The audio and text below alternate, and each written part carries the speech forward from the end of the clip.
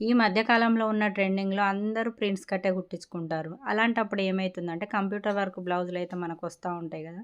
Computer అయినా సరే, మగ్గం వర్క్ అయినా సరే, అలా వచ్చినప్పుడు వాళ్ళు వర్క్ ఏసేవాళ్ళు ఏం జేస్తారంటే క్రాస్ కటింగ్ మోడల్‌లో మనకైతే వర్క్ అనేది ఏసిస్తుర్రనమాట.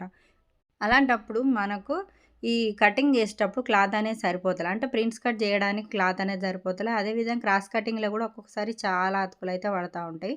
అది కస్టమర్‌లకు తెలవదు. వీళ్ళకి తెలియకనే బ్లౌజ్ కట్ చేసి జాయింట్లు చేశారా అనే ఉద్దేశంలోనైతే ఉంటారు. అలా కాదండి. ఈ వీడియో చూసేవాళ్ళు ఎవరైనా కస్టమర్‌లైనా వస్తే అర్థం చేసుకుంటారనుకుంటున్నాను. నిన్న గూడా నేను ఒక బ్లౌజ్ కుట్టుంటిని. దానికి గూడా సేమ్ ఇదే నేను ఇప్పుడు వాళ్ళు కామెంట్ రిప్లై ఇయ్యక ముందుగా ఈ బ్లౌజ్ అయితే ఫస్ట్ స్టిచ్చింగ్ అయితే చేశాను. నా మైండ్‌లో ఉన్నది వాళ్ళు గూడా అదే మనకైతే రిప్లై ఇచ్చిర్రు నిన్నటి వీడియోకైతే.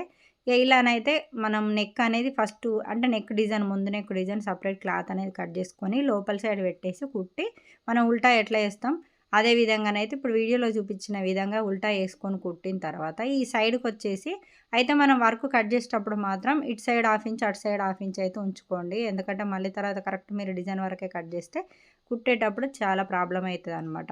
ఇలా మనమైతే స్టిచ్చింగ్ జేసినంక, ఈ సైడ్ క్లాత్ గూడా కరెక్ట్ నీట్‌గా స్టిచ్చింగ్ అయితే జేయాలి. ఎందుకంటే, ఆ రౌండ్ షేప్ అనేది మనకు క్లియర్‌గా రావాలనమాట. వాళ్ళు బ్లౌజ్ యేసుకున్నా గూడా. ఇట్లా యేసుకున్న తర్వాత ఇప్పుడు కుట్టు కనిపిస్తది గదా! పైనుంచి ఇలా అతుకులు వేసినట్టుగా. అట్లా కనిపియకుండా ప్యాచ్ వర్క్ లాగా ఉండాలంటే, మన దగ్గర అయితే రెడీమేడ్ డోరీ అయితే ఉంటది గదా!